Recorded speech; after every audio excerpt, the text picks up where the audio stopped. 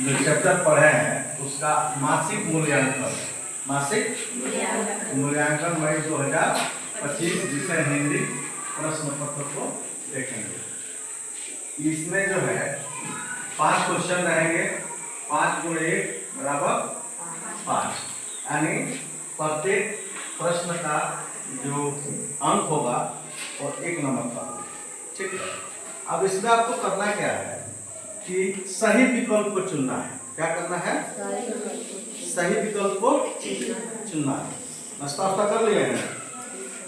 खर्च का नाश्ता कर जाए ना? ठीक।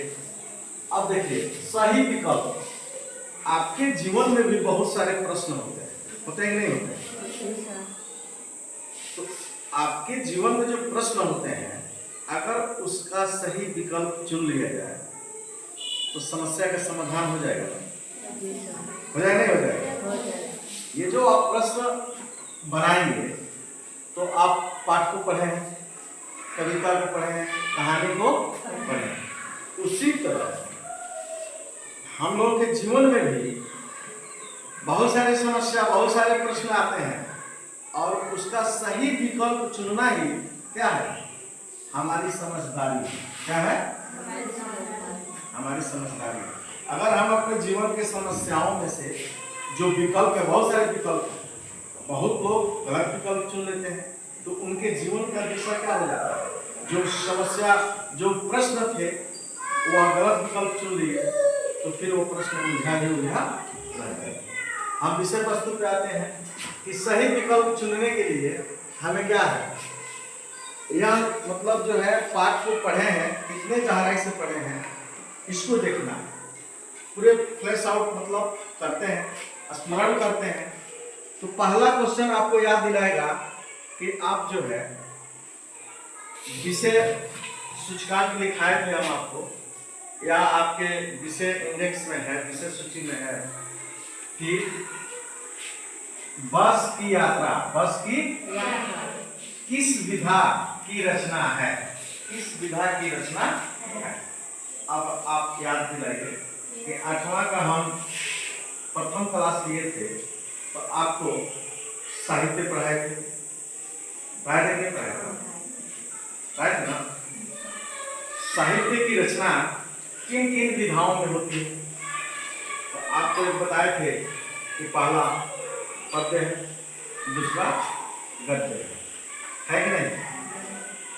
पद में आपको क्या क्या मिलेगा पढ़ने के लिए?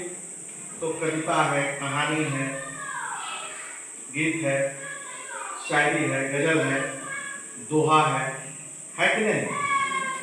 उसके बाद आपको लिखाए थे कि जो गद्य विधा है उसमें आपको बहुत सारी चीजों को जो है, जैसे जैसे समय के साथ बहुत ऐसे विद्वान साहित्यकार आए जो अपनी बात को अलग अलग ढंग से हम लोगों के बीच में प्रस्तुत किए, है कि नहीं? तो उसमें आपको जो है कहानी आया होगा, उसके बाद निबंध लिखवाए होंगे, उसके बाद जीवनी लिखाए होंगे, उसके बाद यात्रा वृत्तांत लिखाए ना जी? तो अगर स्मरण है तो आपको पता चल जाएगा कि बस की यात्रा किस विधा की रचना है। तो आप अंदाजा लगा सकते हैं कि बस की यात्रा जो है, तो बस से शायरी में पढ़ते हैं जी, एक जगह से दूसरी जगह घूमने जाते हैं। तो अंदाजा लगाइए तो क्या हो सकता है? क्या व्यंग। बस की यात्रा क्या होगा? व्यंग। इसमें संस्मरण है, कहानी है, यात्रा वृत्तांत है, व्यंग। क्या है? व्यंग। ठीक है। अब दूसरा जो है, मशीनी युग ने कितने हाथ काट दिए? इस पंक्ति में लेखक ने किस व्यथा की ओर संकेत किया? तब तो क्वेश्चन को करना है कि यह जो क्वेश्चन है किस पाठ से संबंधित है। तो क्या आप पकड़ पा रहे हैं? यस कौन सा पाठ है सर? ये विनिमय वस्तु विनिमय। फिर से क्वेश्चन को देखिए। क्वेश्चन कह रहा है कि मशीनी युग, हम लोग किस युग में जी रहे हैं? मैक्सिमम काम किससे हो रहा है? मशीन से। किससे हो रहा है? मशीन से। तो लेखक कह रहा है कि मशीनी युग ने कितने हाथ काट दिए। इस पंक्ति में लेखक ने किस व्यथा की ओर संकेत किया है? तो पहले इस क्वेश्चन को पकड़ने के लिए इस क्वेश्चन का संबंध देखेंगे कि किस पाठ से है कि नहीं। तो स्मरण करिए, आप एक पहला पाठ पढ़े थे लाख की चूड़िया। तो लाख की चूड़िया में एक व्यक्ति लाख की चूड़ी बनाता है और लेखक अपने मामा के यहाँ जाता है बचपन में। कुछ दिन के बाद जाता है, क्या देखता है? समय में परिवर्तन देखता है। समय में परिवर्तन देखता है। बदलू की जो परिस्थितियां 10 साल पहले थी, जो लाख की चूड़िया बनाता था, उसको सारी गांव की महिलाएं पहनती थी ना जी, बड़े शौक से पहनती थी और उसका रोजी रोटी भी बढ़िया से चलता था। जब आपके काम किए हुए के बदले में पैसा आने लगे तो जीवन स्तर बदल जाएगा, नहीं बदल जाएगा?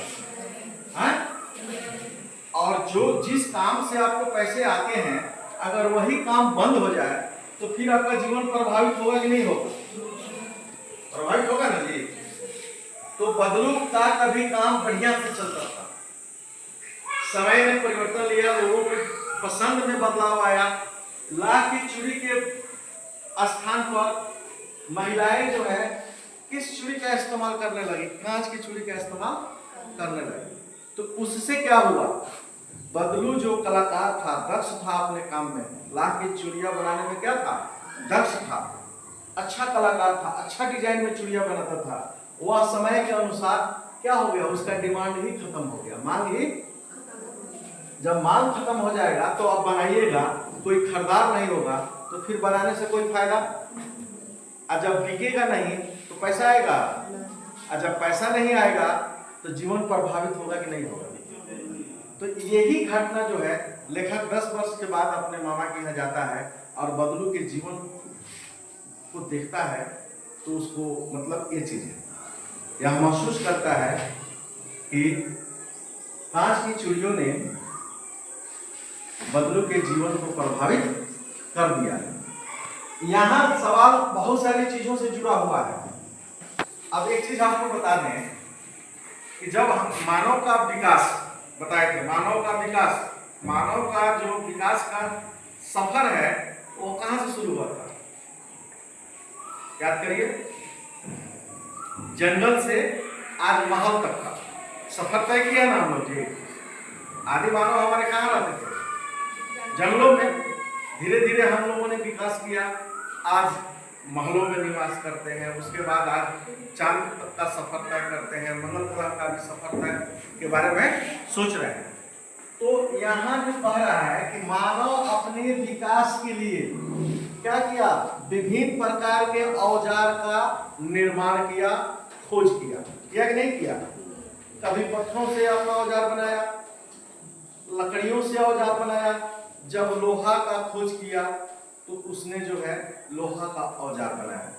बनाते बनाते इस मुकाम तक पहुंचा कि मशीन बनाया। तो आज एक मशीन जो है 100 लोगों का, 200 लोगों का काम कर रही है ना जी। अब जैसे जेसीबी है, तो वहां अगर 50 मजदूर काम करेंगे 10 दिन तो काम पूरा होगा। अगर जेसीबी लगा दिया जाए तो कितने दिन में पूरा हो जाएगा? तो एक तरफ मशीनी दुनिया ने जीवन को जीना आसान भी किया और आसान के साथ साथ बहुत बड़ी समस्या भी उत्पन्न किया। अब बोलो कैसे सर, है कि नहीं? अब आप इतना ही से अंदाजा लगाइए कि आपके गांव में भी बहुत ऐसे मजदूर हैं जो कुदाल चलाते हैं, है कि नहीं?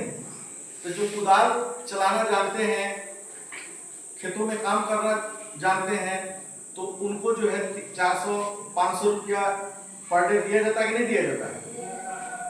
अगर रोड भरना हो, रोड में काम करना हो, ठीक है, तो वो जाते और काम करते, तो उनको 400 या 500 रुपये मिलता ना जी। तो 50 मजदूर जाते तो 50 मजदूरों का काम चलता कि नहीं चलता? 500 रुपया लाते तो उनके घर का काम चलता ना जी।